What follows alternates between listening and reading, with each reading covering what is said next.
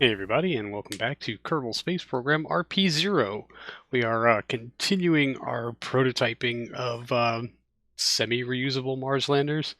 As you saw last episode, we kind of went into a half reusable. We will jettison the basket at the lower half and then fly a reusable upper stage back to Harmonia Station in Mars orbit, and then replace the basket with a new shipment that will come out probably with a new crew, and definitely a replacement engine for the ascent stage because its burn time's limited to about 8 minutes. So this is our freshest iteration on this particular design, and it does have some serious advantages over our last prototype, in that the ascent stage is smaller and lighter, and thus takes less fuel. There was our decoupling and then redocking procedure so that we can make sure we're attached through the docking ports.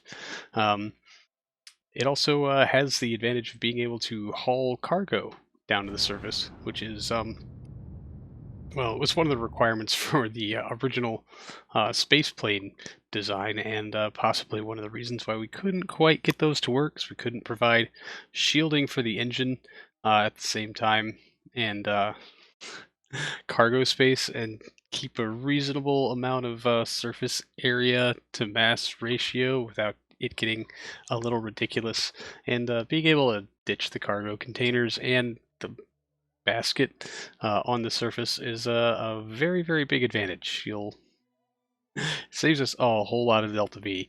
You can see this thing. We have most of our fuel tanks locked, but we're sitting on like 600 something meters per second, which we can replenish from reserve tanks within the basket before we have to make ascent. Although the margins on the ascent stage are huge.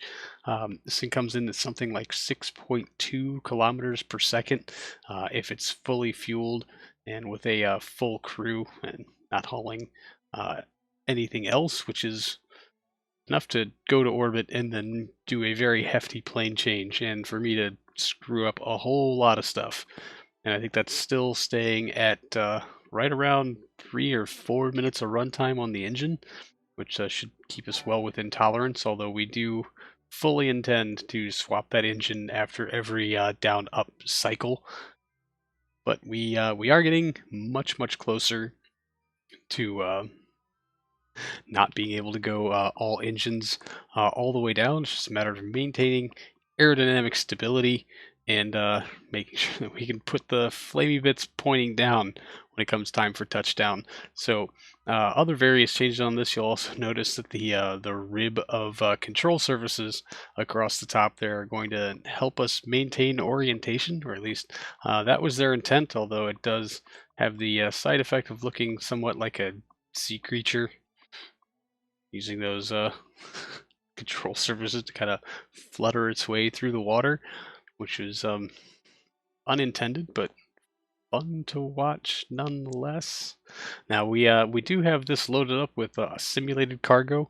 One of the cargo bays is a rover. We're fully anticipating that we're going to land many kilometers off target, so we will need to drive the crew to whatever their more permanent residence on surface would be, and drive back to the ascent stage when all that is complete. The other cargo bay is a replacement engine.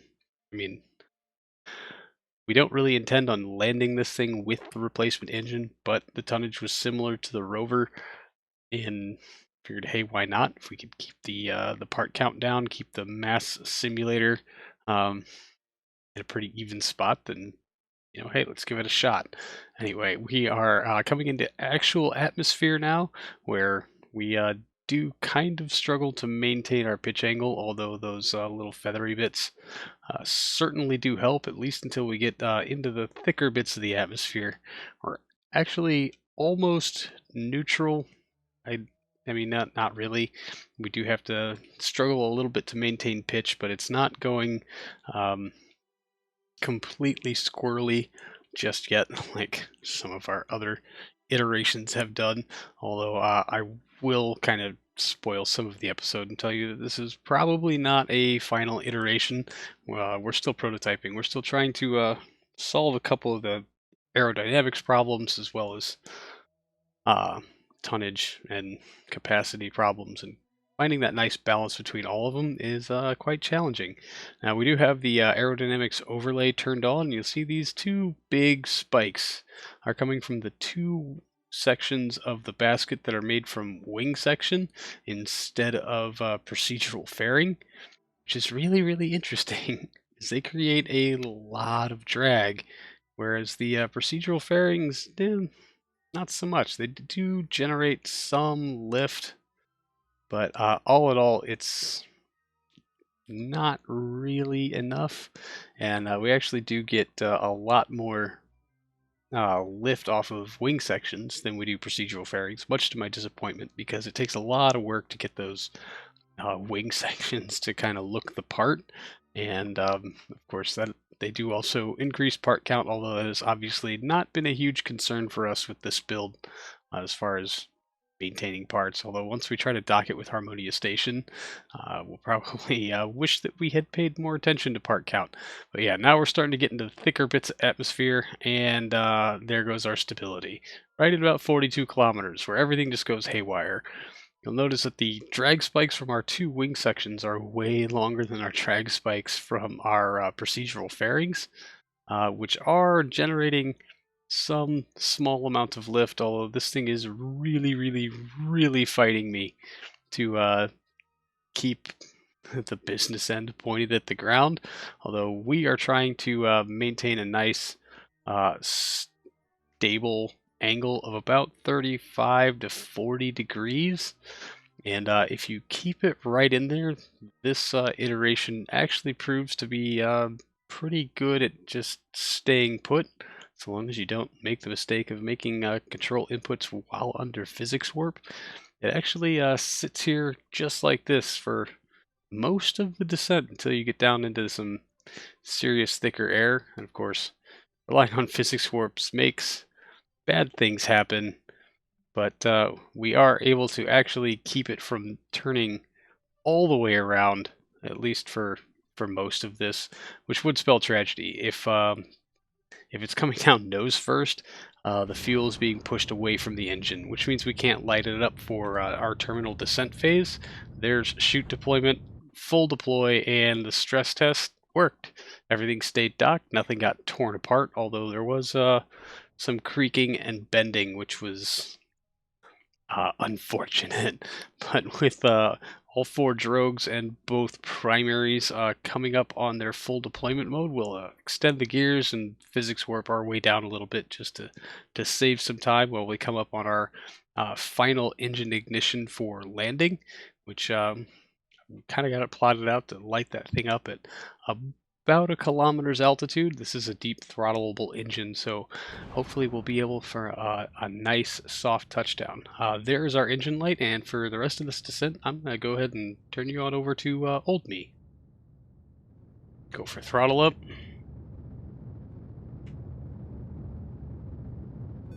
Oops. Oh, come on! I exited KSP very unintentionally, and we're going up. I pressed shift too many times, so Windows doing its stupid thing. I need more altitude. This is going to go badly.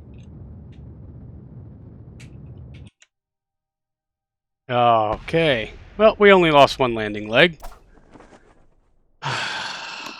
Well, better than most. Do I want to turn on sticky keys? Fuck you, Windows. No, I do not want to turn on sticky keys. Oh, Jesus. So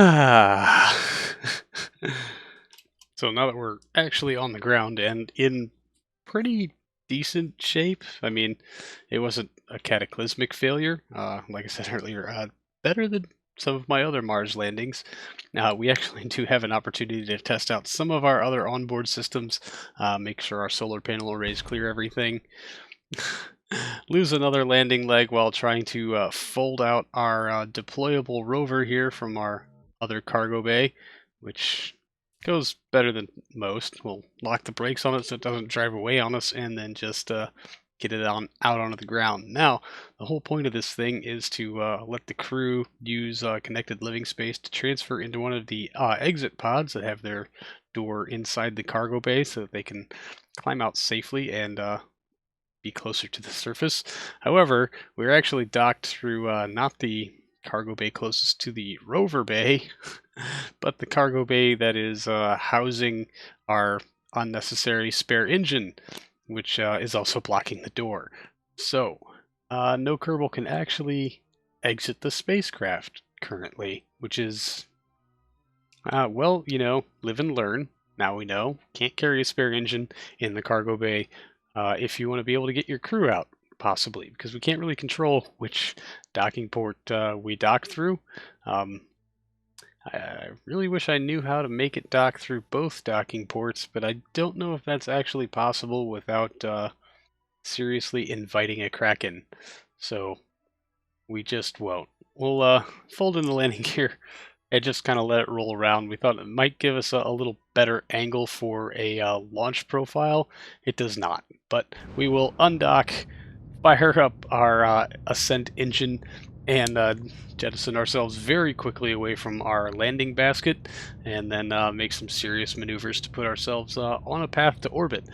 We actually did not take any fuel from the basket. We topped off exactly nothing. So whatever we used as far as thruster fuel from the ascent stage has just been, it's used, it's gone. The good news is with the absolutely ridiculous TWR of this thing, and for some reason it doesn't really want to stay balanced. This is an engine alignment issue I found out later, based on how we connect the basket and then later on connect the engine. The snap to grid doesn't quite work out for us, but we'll just we'll set our periapsis outside of Mars's atmosphere, angle ourselves in, and then light up that engine again and push ourselves to orbit. So this was actually, as far as Delta V is concerned, one of the cheapest ascents to orbit we've ever been able to do here. And with more than 1 kilometer per second left in the tank, I think were we within a couple of degrees of Harmonia Station, we would have absolutely no problem docking, which is really, really good news, suffice to say. So we will end that simulation and come back to the VAB, where we're going to pilot out trying to swap some of the procedural fairing parts for more wing section-y parts, just to see if their better drag or better lift characteristics will help us not use quite so much fuel on the way down. So we'll basically just copy over that piece that we have connecting the cargo bay sections and make it a little bigger to make up for the space of the cargo bay that is currently not there. So there will be a lot of touch and go sizing on things. And this is why I used procedural fairings initially, is because this is a lot of very, very tedious touching at little node things, trying to size everything appropriately, making sure you've got it all lined up, checking your angles from a whole bunch of different spots, readjusting, realigning, readjusting, realigning, resizing, and then going back and forth. Whereas using procedural fairings was like a 3-step process. The trickiest part was getting the fairings to actually attach to something that was not a fairing base. But once you get that part solved, using procedural fairings for kind of this basket part, other than being quite ugly, works really, really well. And I was actually surprised that we were able to attach those wing sections to it as easily as we were. But with the bottom plate figured out, we'll just go ahead and staple another wing section here onto the side, and we'll kind of size it to fit. I think our first initial runs with this prototype, we're not going to put any control surfaces on the top of it. We'll just see how much different it does all on its own without having to have wing sections or control surfaces. That's the word I was looking for, attached to it. And then, of course, if we need them, we will absolutely add the control surfaces later. So for right now, we'll just size it to fit as if it didn't need any control surfaces. But we'll adjust our placement and sizing and kind of get that stapled into place. It's just a little bit off. based on our reassessment of things, but a lot easier to adjust these things now. So we'll go ahead and try to make the textures match as best we can, or at least get the HSRI side facing down for no real reason other than it looks nice. But yeah, going back and retouching our sizing and making some adjustments there to hopefully get a good fit and finish on this. And we'll just see if this actually gives us a different result than the, I don't know, the almost fully procedural fairing basket part that we had before. So once again, we'll continue our procedure same as before. I forgot to remove the engine, and we don't have a tool, so we can't remove it even if we wanted to. We'll just eject ourselves from the basket, redock along the docking ports, and hopefully we'll get the right one this time, although not that it really matters. That's not exactly what we're trying to test. Get ourselves pointed to retrograde and make sure we activate the correct engine this time.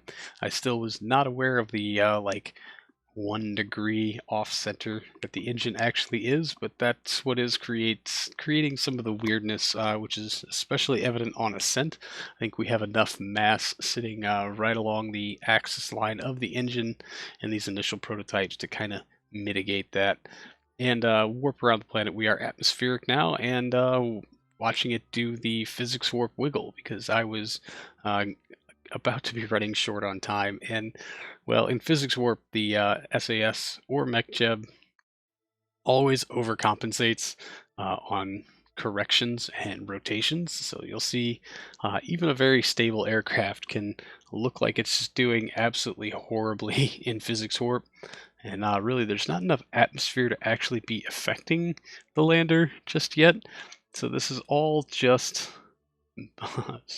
stock SAS screwing around and not really know how to, I don't know, hold its bacon or something like that. So we're going to try to get ourselves rotated axis on so that we can put one of our cargo bays facing down. We know how those are going to behave, and while I think their tonnage should be within 1/10 of a ton between each other, the two cargo bays, close enough to be considered, you know, to not cause a problem, not invite any other weird aerodynamics things. But I do really want to see how differently the new wing sections interact during descent. So I want to keep them off to the sides as best I can. Of course, here's more physics warp. Oh god, don't look at the nav ball. That might make you motion sick. Actually, don't watch the screen at all. It's definitely going to make you motion sick.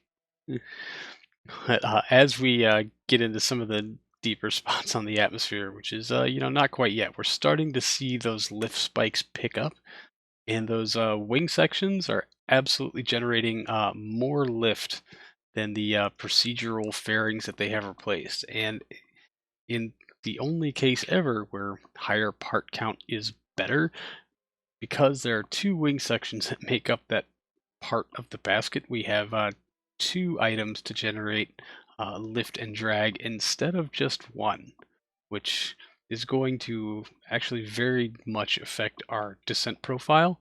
Although what that single really long drag spike is for, I have no idea. And why are we only getting the one? It does look like it's coming off that wing section, which is really weird that it is generating much more drag than the one just across from it. It's really interesting and low, and it did really want to pin that side of the lander to the back, which, okay, fine. And now that we hit the magical 42-kilometer mark, everything wants to go completely bonkers. It did this to us during our last descent run, which is still not great. I'd really not have to also have the crew have to clean up copious amounts of vomit from the inside of the cabins after each descent, and that really looks like the kind of flight plan we are inviting here. It wants to, I mean, not face up, but not face forward either, which as long as it doesn't go into this nose first and retain entirely too much speed for the parachutes to be torn off, as long as we can light the engine, we're in pretty good shape. So speaking of lighting the engine, There's shoot deploy. Much less stress on the airframe this time, which is a good sign. That means we were going slower when the chutes opened than we were last time, and hopefully we'll be able to sort out some of these aerodynamic instability issues so that we're not rattling our crew like the little metal ball inside of a paint can every time they have to do a landing. I don't think they'd be very appreciative of that. Anyway, we are coming up on our final engine burn, so I will turn you over to old me for this landing. All right, 500 meters, 22 meters per second sink.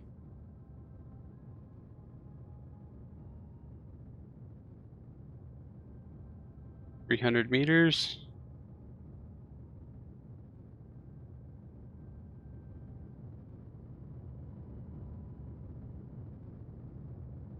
$150.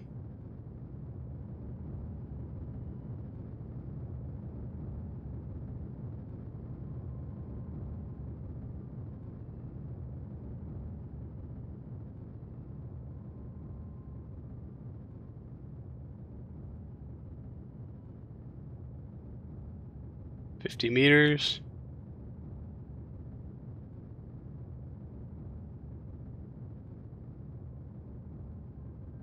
Oh, come on. Not now.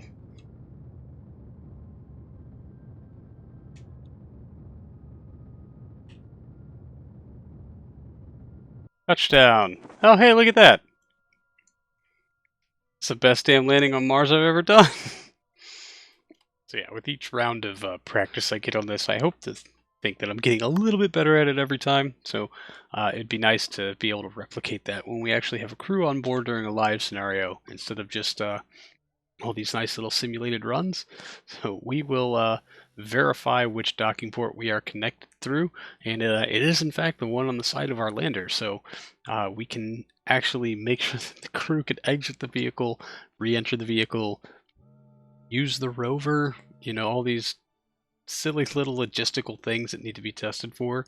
And of course, the crew pods that they exit out of are upside down. Were that not a very integral part of the whole construction, we'd probably go do something about that. But for the time being, probably just going to have to remain upside down. Other than some camera shakes, it's not the biggest deal ever. This rover, of course, suited for 4 Kerbals. We're just going to spin a few donuts, test it out, see if it's stable, make sure it's maintaining a charge, all these other things, and call this a successful test.